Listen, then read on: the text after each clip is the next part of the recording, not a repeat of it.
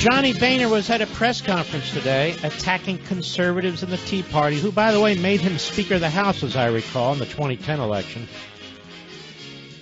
But why did he do this? Just because he's unhinged?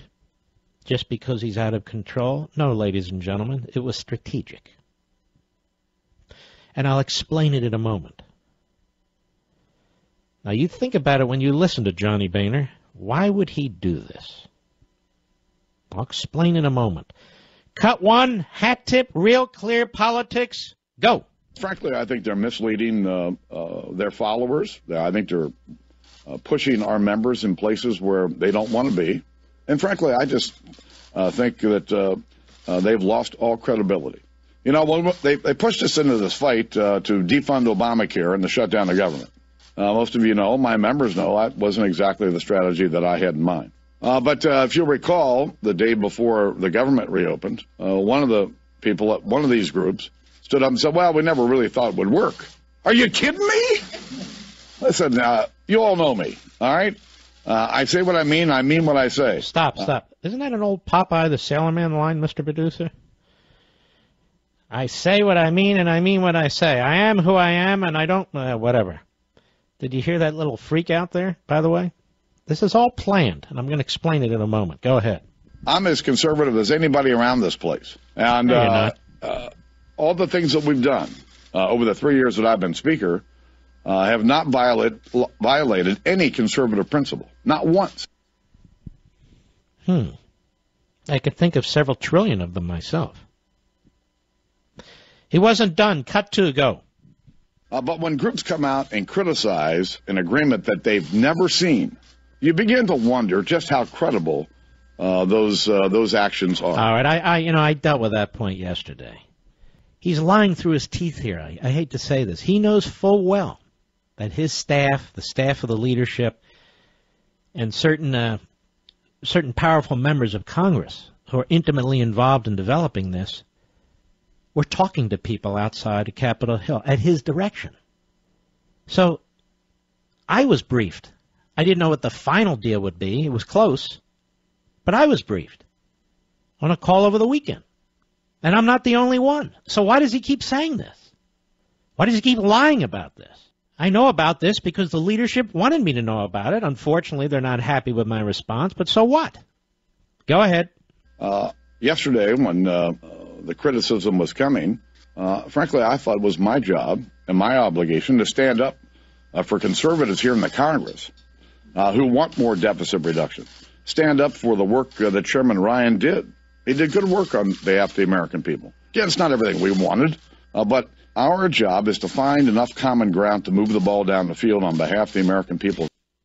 So now they're trashing conservatives. Second day in a row. Now, that's not an accident. That's not a coincidence. That's not an outburst. That's strategic. Do you want to know why Johnny Boehner's doing that? For the same reason Harry Reid is doing it. They want to delegitimize you, the conservative movement, the Tea Party, and these various groups. And my buddy Eric Erickson has it right on his site, redstate.com. He points out Boehner's doing this because he wants a situation where it's us against them. We rational, thoughtful legislators doing everything we can to deal with a hostile president and a hostile Senate as they enter into discussions for what? Amnesty. That's right. That's the next big item that comes up. Amnesty. So you can predict that those of us who believe in law and order, those of us who reject amnesty, you can now understand that we are going to be marginalized if they have their way. Oh, those groups. Oh, those people. They're irrational. They're knee-jerk. They're not really conservatives. They're just out to make money and fundraise, unlike Johnny Boehner and the team, of course. The rest of us, you see, we're not doing things because we believe in it. No. So they cast aspersions on us. The base. We, the people, conservatives. They cast aspersions on us. They try and define us. They try and marginalize us, just like the left does.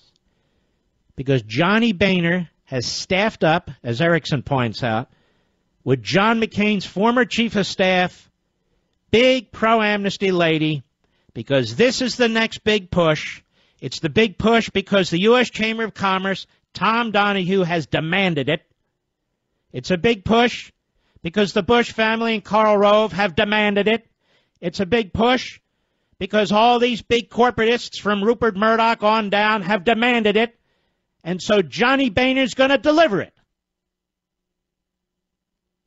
That's why he's trashing conservatives today. That's why he's trashing conservative groups who have stood against him on a number of these issues.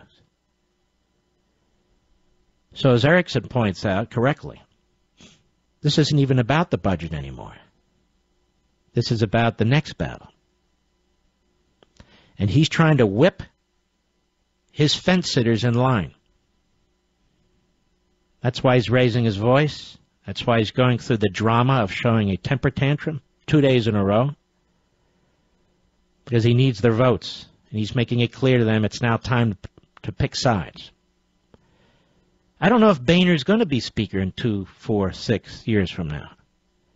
But he's now fighting for his legacy, which is dangerous.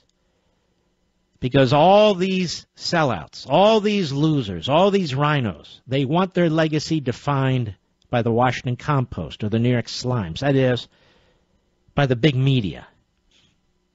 That's how they'll be defined. There's a reason why Boehner is being cheered by the deranged Chris Matthews.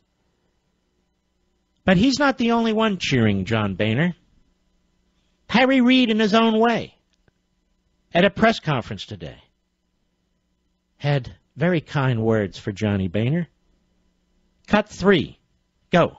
Well, I don't have an inside track on the conservative groups, and you better talk to him and his allies. I think it was a breath of fresh air as far as I'm concerned. I think that what he said was valid. So he's being praised by Harry Reid and Chris Matthews.